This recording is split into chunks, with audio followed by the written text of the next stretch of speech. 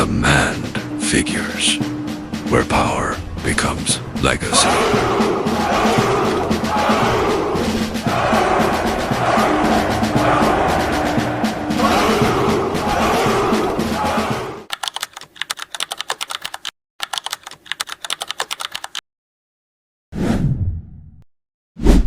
Hello, we are back here with command figures. Today, we are taking on, well, a titan. I feel like everyone thinks they know this woman. You know, you close your eyes, you see the gold, the intense eyeliner, maybe Elizabeth Taylor. Oh, yeah. Or that famous image of her being rolled up in a carpet. Exactly. The seductress rolled up in a carpet. We are talking about Cleopatra VII, and the story usually goes, she seduced Julius Caesar, then she seduced Mark Antony, and then a snake bit her. End of story. The ultimate romance tragedy. Right.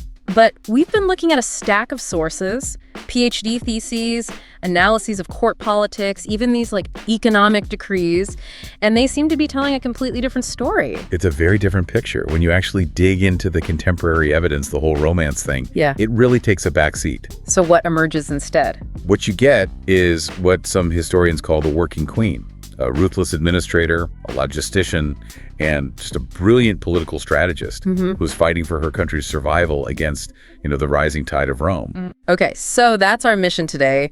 We are going to try and strip away all that Roman propaganda to find the actual woman who ruled Egypt from 51 BC to 30 BC. So let's go back to the start.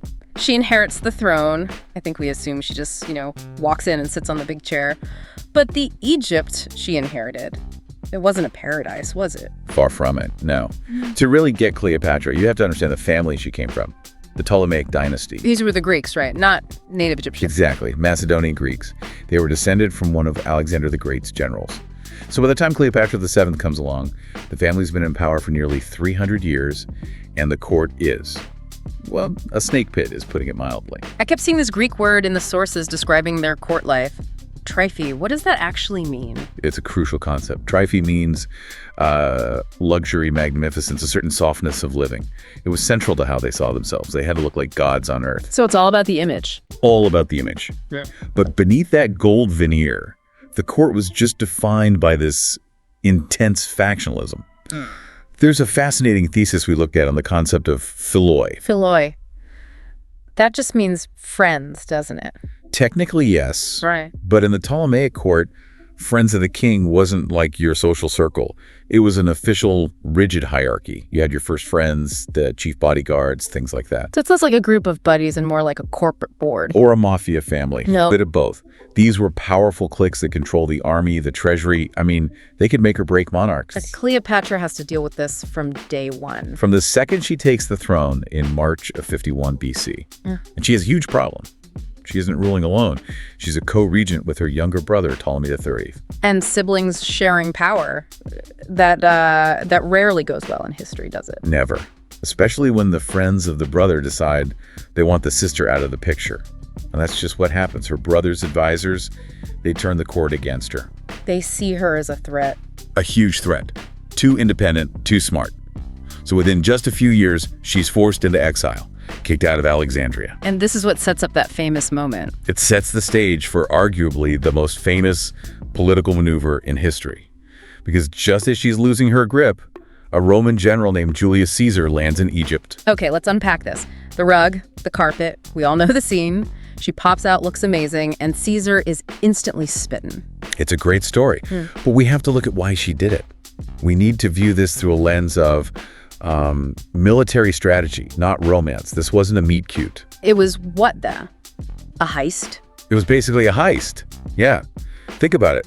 Her brother's guards control every entrance to the palace. If she is caught trying to get into the city, she's dead. Simple as that. So she's not sneaking in for a date. She's smuggling herself through enemy lines. Precisely. It was a desperate, high-stakes gamble to bypass a military blockade and get an audience with the one person who could put her back on the throne. And once she's in the room, the alliance happens. But you're saying we should see this as a transaction. I mean, can it be purely business? They had a child together. That's a fair point.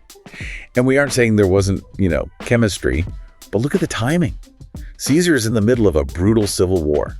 He needs money. He needs to feed his army. And Egypt has what he needs, grain and gold. Immense amounts of both. And what does Cleopatra need? An army. to get rid of her brother and his friends. It's a perfect exchange. He gets the treasury and the grain to win his war. She gets the security of the Roman legions to win hers. And it ends pretty badly for her brother. Very badly. Ptolemy III ends up drowned in the Nile.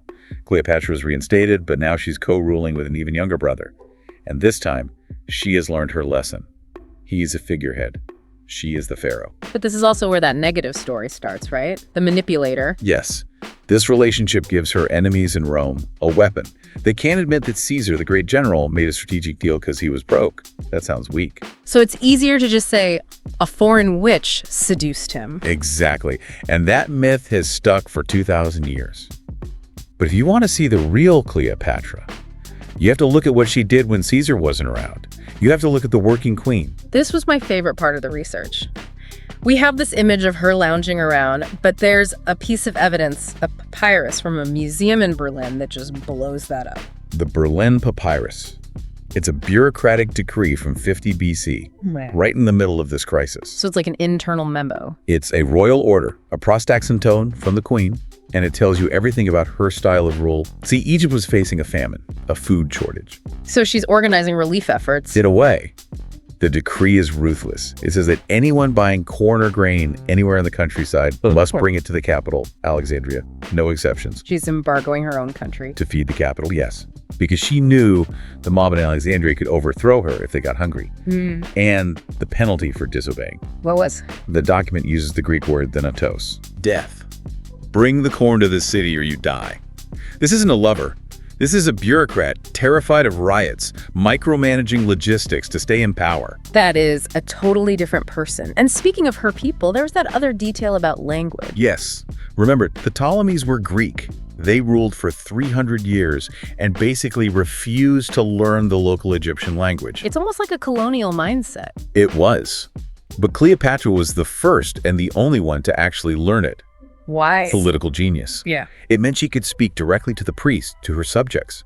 It let her position herself as a true Egyptian pharaoh, not just some foreign ruler.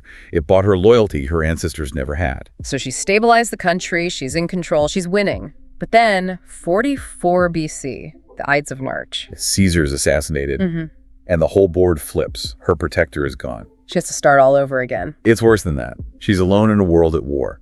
She needs a new protector for Egypt and for her son Caesarion. Enter Mark Antony. Enter Mark Antony. And this is where the spectacle, the trophy, comes roaring back. The barge scene. This is even more famous than the carpet. But how is this approach different from the one she took with Caesar? Completely different. She knew Antony was another kind of man. Caesar was austere, intellectual. Antony was a soldier, a hedonist. He loved a show. So she gave him one, dressed as Aphrodite on a golden barge. It was a calculated display of overwhelming wealth. She was basically sending him a message. Antony was planning a huge war against the Parthian Empire, and that costs a fortune. She was showing him, I can finance your war. I have the money you need. So, again, we call it a romance, but it's a business meeting, just with better costumes. And for a while, it works. It works brilliantly. They form this power block in the East that rivals Rome itself. But this alliance is also what dooms her. Because of the other guy, Octavian. The future Emperor Augustus. He's brilliant, cold, and a master of propaganda. And he knows he can't just declare war on Antony, who's a Roman hero. So he needs a different villain. He makes Cleopatra the villain. He declares war on her. And he uses the Roman poets and historians to paint her as this fatale monstrum. Deadly monster, a drunkard, an Eastern witch who has enslaved poor Antony. And Antony and Cleopatra get given the ammunition he needs, right? The donations of Alexandria. They walk right into his trap. In 34 BC, they hold this massive ceremony and basically carve up the Roman East and give it away to their children. They call her Queen of Kings. To a Roman, that would sound like treason. It was a direct challenge to Rome. It confirmed every fear Octavian was stoking. It made the war inevitable. Which brings us to Actium, 31 BC, the final showdown. The pivotal naval battle. And this is where the story usually goes that Cleopatra just lost her nerve and fled. Right, that she panicked and Antony just abandoned his men to follow her. That's the story Octavian wanted everyone to hear. But some modern analysis suggests we should look at it differently. How so? Think about what was on her ships. It wasn't just soldiers. It was the Egyptian treasury. The war chest. The entire war chest. If she loses the fleet, she loses the gold, and she loses Egypt. So the argument is, when the battle started to turn, Her move wasn't a panic, it was a breakout. She was trying to punch through to save the treasury and fight another day. So it was asset preservation, trying to salvage the kingdom. Exactly, a calculated retreat. But Antony, following her, that was the real disaster. It shattered his fleet's morale. They retreat to Alexandria, but the writing is on the wall. And we reach the end, 30 BC, the suicides. August 30 BC. It's the final act. And it's so much more than just the death of a queen. It's the end of an era. It's the end of the Ptolemaic dynasty. It's the end of the entire Hellenistic period. The world Alexander the Great had built was officially over. Egypt becomes the personal property of the Roman emperor. Not just a province. No, Augustus forbids senators from even setting foot there without his permission. That's how rich and powerful her kingdom was. He basically took her administrative system and used it to feed Rome for centuries. So she's gone, but the story just gets bigger. How do we get from this ruthless bureaucrat to the Shakespearean tragedy? It's a process called transadaptation. Every generation rewrites her story to fit their own agenda. So take someone like Chaucer. How did he see her? Well, he wrote a book called The Legend of Good Women. He wanted martyrs for love. So is Cleopatra. He just skips all the politics, the wars, the donations of Alexandria, all gone. He sanitized her. Turned her into a victim, a saint of romance. Then, a few centuries later, you get Shakespeare. Antony and Cleopatra. And he restores some of her complexity, her intelligence, but he still cements the romantic view. It becomes this great tragedy about a relationship, not a political thriller, about the fate of the Mediterranean. It's like every era is afraid of the real woman, the working queen. I think so. For the Romans, she was a monster to be feared. For medieval poets, a victim to be pitied. For Hollywood, a glamour icon. And for us now, looking at these sources. For us, I think, she's the survivor, the strategist, the woman who kept her kingdom independent for 20 years while Rome was devouring the world around her. She played an impossible hand with absolute brilliance. It really changes how you see that famous ending. It wasn't giving up. No, it was taking control.